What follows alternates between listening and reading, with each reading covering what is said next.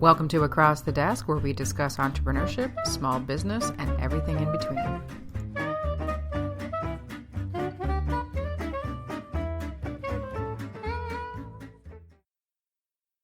Hi, it's Elizabeth Plouffe, and welcome to Entrepreneurial Entrails and Across the Desk. And today I'm going to be chatting to you about an amazing event that I went to today. I belong to the Women's Professional Network through the DeGroote School of Business here in Burlington. And if you're if you are a woman in business here in the Halton area, I strongly suggest that you check it out. It's not only a great opportunity to network with other women in business, but it's also an opportunity to take advantage of the amazing events that they put on. And today was one that I don't think was part of the Women in Business Network. It was just part of their ongoing business education. And it was fantastic. It was a digital marketing expert panel. And I'll read you just a quick overview here. Digital marketing is more than a buzzword, but it's also not a replacement for your traditional marketing efforts. It's a new approach that's disrupting the industry by changing how you connect with your customers. Roll up your sleeves and join us at the Ron Joyce Center today. Our panel of experts will be discussing and answering questions on topics such as practical tips for using digital marketing strategically, how to stay competitive in a digital economy, the integration of traditional and digital marketing, how to position and prepare content for multiple platforms, how to build an authentic brand, and the challenges of managing digital properties. And it was sold out. It was absolutely sold out. And terrific panel. There was Danielle Guzman, who's the global head of social media and distributed content for Mercer. Not quite sure who that is, but we'll find out. And then there was Martin Waxman, who is a lynda.com instructor and president of Martin Waxman Communications. Also teaches at Seneca, which is one of my alma maters, so that was kind of cool. Jared Lenover is the marketing and communications strategist, DeGroote School of Business, social media instructor, and part of the McMaster University Center for Continuing Education. And the facilitator or moderator was Mandeep Malik, who is the assistant professor of marketing for the DeGroote School of Business. He was freaking hysterical. It was a really well-run panel. There was a lot of amazing information. Christine Ledbetter is the organizer for these events, and she always delivers a terrific event. Although I do have to say, trying to eat tacos with your fingers and then shake hands and be social was a little bit ako taco, to use that phrase. But overall, amazing event. So I ended up taking 3 pages of notes at this event, and just really impressed with the delivery by the panel and the moderating job that Mr. Malik did. And so here's some of the nuggets that I brought out. And there's a reason, trust me, towards the end of why I'm sharing the nuggets with you. So one of the key points that got kicked off, and I think it was Martin Waxman who said this, was how do your customers seek their information? So if you want to try and find where your customers are, where do they go to find out about you? Where are they searching? Are you even aware of that or making the effort to know about that? And Danielle Guzman made a really valid point, and she comes from the world of traditional marketing, from what I heard. And she made a really key point that traditions definitely still have a place in marketing overall for an organization. But just because they are traditions doesn't mean you have to stay there.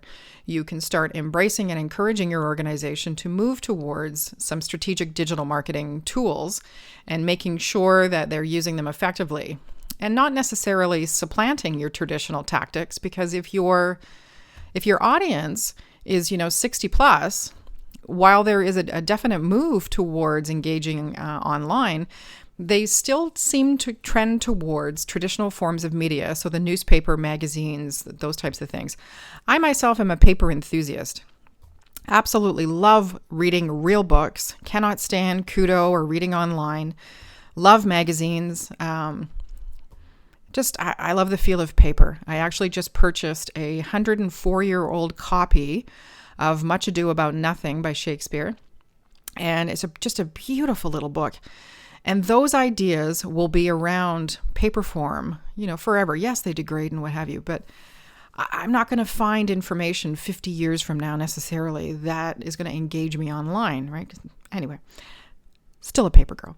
So some of the other things, Danielle Guzman also made a really important point. And she talked about shadow marketers and how if you empower and engage your employees, they will then become a part of your marketing team that's largely underutilized.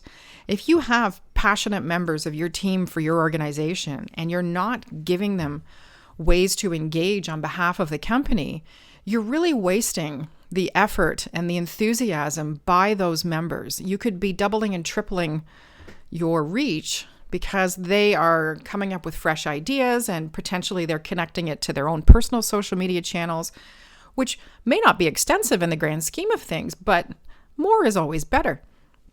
And she talked here about how to connect employees to the online engagement options and create a reason for them to care, which is really important. It's not enough to just tell somebody they have to because it's part of their job. There was a situation at the Women in Tech meeting on Tuesday, and one of the members there, lovely, lovely woman, she's in the financial tech development industry, which I know medium amount about, but she was told to set up a Facebook page. And I could tell by the way she was sharing the story that this wasn't comfortable for her and this wasn't something that she was going to engage with. She wasn't particularly active personally on Facebook. She wasn't particularly active personally online. And so we started chatting. And I said, you know what? Facebook is a fantastic platform if it's where you want to be and if it's where you're going to engage on a regular basis. But if you just set up a page because you're told to, you're actually doing your business more harm than good. And I recognize that there's a positive impact as far as being found with SEO and it increases your online footprint a little bit. But if you're never putting content up, if you're never having people engage on your page, then those likes are useless. And anybody who tells you differently is trying to sell you a bill of goods. Likes are only as valuable as the number of people who correspondingly engage with content that you're sharing. I invite people all the time to come and like my page. That doesn't mean they're ever going to hit it again. And that's okay. If I'm not providing content or engaging things that works for them, I don't want them to come back. I don't want them to waste their time on my thing. But if I'm providing content that's useful to you and gives you ideas and whatever, fantastic. Please like what I share. Please comment. But those initial likes, that count, means next to nothing if you're not providing any reason for people to come and stay on your Facebook page. And if I visit a page, and being in the industry, I'm probably a little more, critical or what have you, and there's nothing there, no photos, no comments, hasn't been any action for 2 years, then again, that person's just doing more harm than good. So I advised her to hide it for now until she figures out a content strategy. And that, I think, is one of the things that I took away from today as well, was if you don't have a strategy in place to handle certain things for your communications, when they come up, you could be in big trouble. And so for an example, starting a Facebook page for your business before you've had a moment to sit down and think about what you actually want to do with it, how you're going to engage with it, where you're going to get content from, all of those things, it stresses you out. For the most part, the business owners that I've worked with create the platforms and then think about how they're going to engage after. And that's a bit backwards and can be detrimental. It can put you in a state of analysis by paralysis because then you get stuck in the whole, how am I going to get content and what do I do and who do I talk to and, all those things.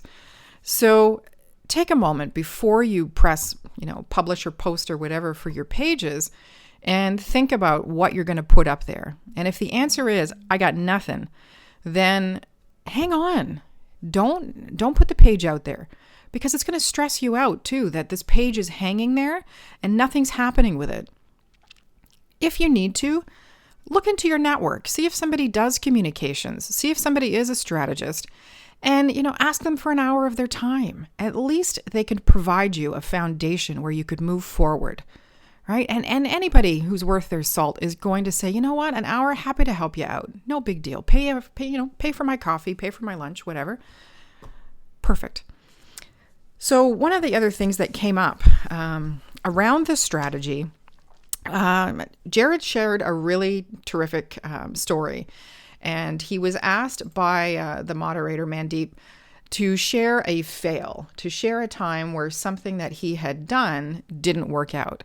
And he shared how McMaster had shared this article. That's a lot of sharing in one sentence. How they had posted this article about women in leadership positions and all this stuff. And the title of it basically intimated that women make better decisions than men, which is, a hot button topic overall. But when you're putting that out on behalf of a major, I believe McMaster, Mandeep said, is number 3 in the world. You got to be really careful. And that started prompting me thinking about risk management as part of your communication strategy. And do you actually put that in place? And I will confess that up until now, I haven't really considered that as part of the communication services that I offer.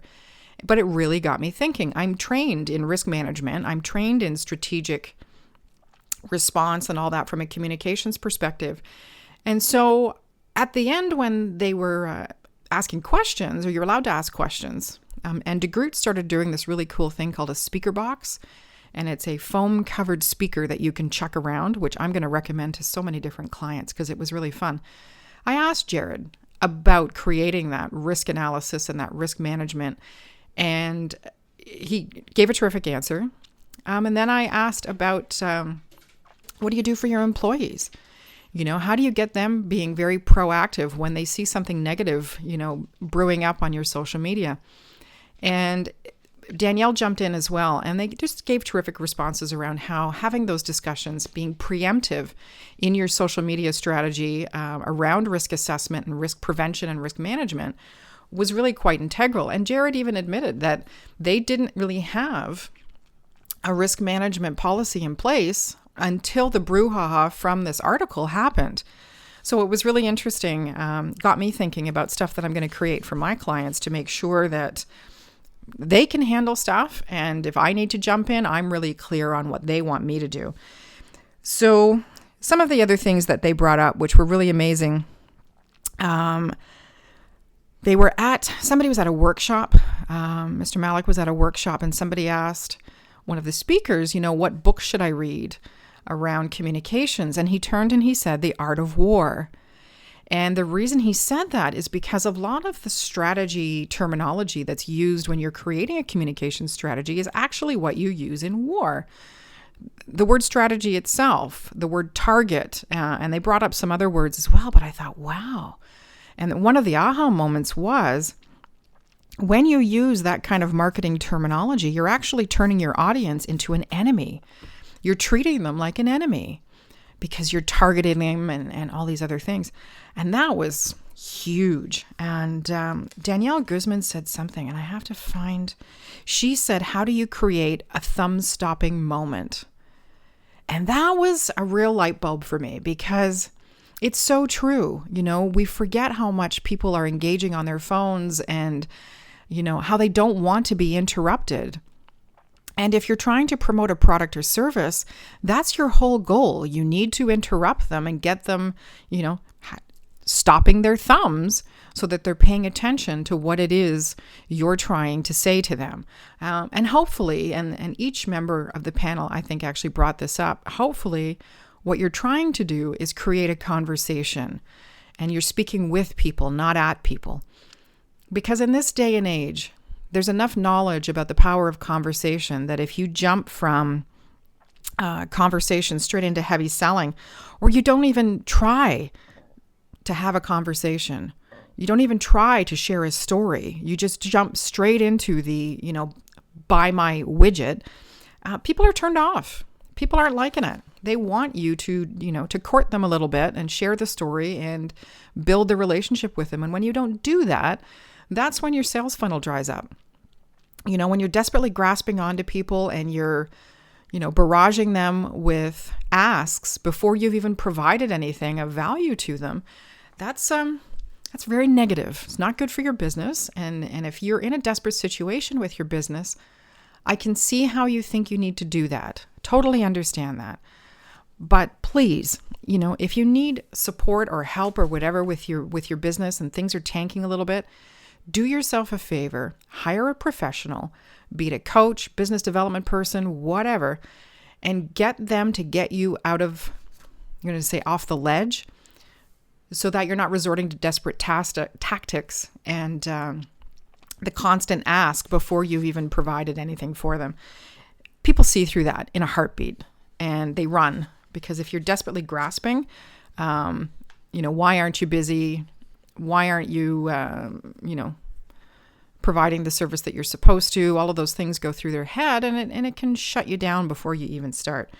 So a few other bits and pieces here. Danielle made a really valid point. She said, creating conversations isn't free because time is money, but it is time well spent. The long-term metrics around creating conversations, and I'm so glad that metrics came up, because it really aggravates me when communications people say, oh, I can provide you metrics on this.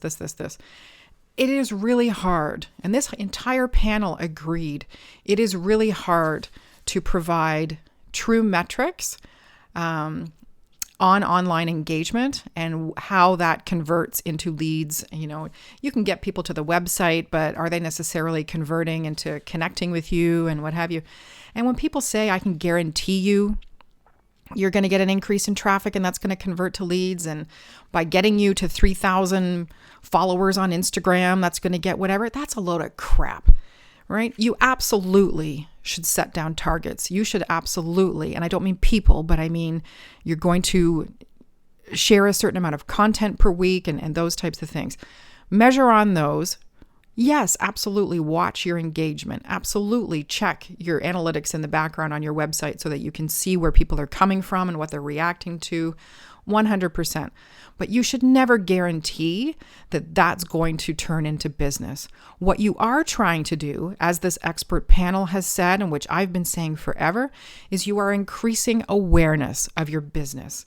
And that by default is positive, unless you suck at your business, and then, nothing I can do to help you there.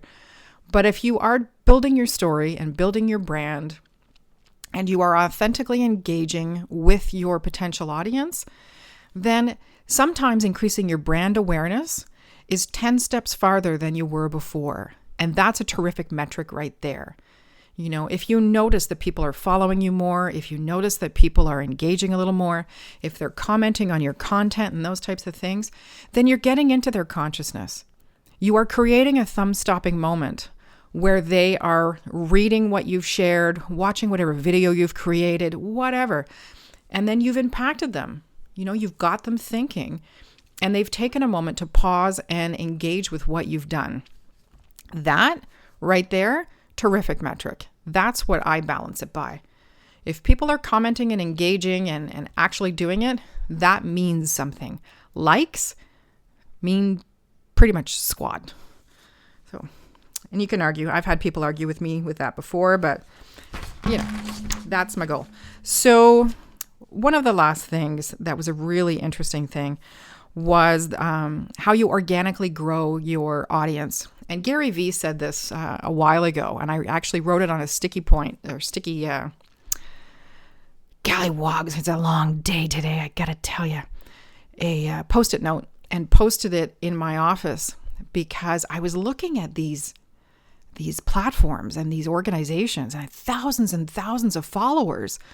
But then when you went and checked out their content, which was this expert panel's point as well, especially Danielle Guzman, they've got no likes. And I don't mean likes on the initial page, but nobody's engaging with their content. Nobody's commenting, nobody's sharing, nobody's doing anything with their content. So when you see this huge disconnect between the number of people that are apparently following this particular organization or individual and nothing happening when they share some content, that's a bot list. That they have bought those likes, which turn into nothing. And she says organic equals owning the audience, meaning that they have bought into your story. They like what you're talking about. They want to support your organization, maybe buy from you, whatever that means. But when you buy a list, which I don't even know if you can do anymore, maybe you can, I've never looked at it, you're renting the audience. And when you rent something, it gets returned. They're not engaged. They're not buying into what you're doing. You've just annoyed people because you've purchased their information and now you're throwing stuff at them. It's like going out on a first date and, copping a feel. It's not okay. It is socially unacceptable to do that. So going down the end, the risk management was something that I hugely got out of this. And, being really clear in your conversation, making sure that if all you've got is being clever in your marketing, that you're really not offering anything of value, and you maybe need to step back and assess what kind of support you need as far as creating an effective communication strategy. And overall, I just really love the McMaster events. I love what the DeGroote School of Business puts on. I met Blair and Andrew today from Terra Greenhouses. They were terrific to talk to.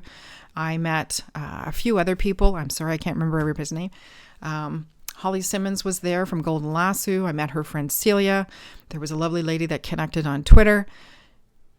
It's a value to go to events like this, to build your business, to learn, to borrow on the social proof of something like the DeGroote School of Business, where you're attending quality events and continuing to educate yourself for the sake of your client. I highly recommend it. I highly recommend that you look around your neighborhood, see if there's a respected institution that's offering trainings, and every couple of months, head out. Improve your brain, improve what you can do for your clients. You can end up being of better service to them because you've taken this time, and then you share the information and you pass it on. So that's my wise words for today would be, if you haven't attended a decent workshop that you have to pay for in a while, just start looking around. It's not only an opportunity to learn and broaden your knowledge, but it's an opportunity to broaden your network, and it can be a shit ton of fun. So maybe make that your New Year's resolution, one that you'll actually keep instead of falling off the learning wagon. So that's it for today. If you have any comments about what I've had to say, the risk management, just going through my notes again, or how you've created shadow marketers in your organization, or what you do to manage the conversation by being clear and not just clever, then I'd love to hear from you. Leave a comment, let me know. And that's it. It's Friday here. It's Friday, and it's December 1st, which is crazy. It's already getting close. 23 days till Christmas Eve? Ah! I should probably start doing some shopping. Anyway, have a great day, everybody. Thanks so much for listening. I really appreciate your time. You can check me out on mcvcommunications.ca. It's currently undergoing a redesign, so you'll see some new stuff coming out soon. You can check me out on Twitter at mcvcoms with an S, or Instagram at mcvcommunications, and see what kind of story I'm sharing. Have a great day. Bye-bye. Thank you for listening to Across the Desk. You can follow me on Twitter at mcvcoms, Instagram at mcvcommunications, or visit mcvcommunications.ca to see where else I'm hiding out.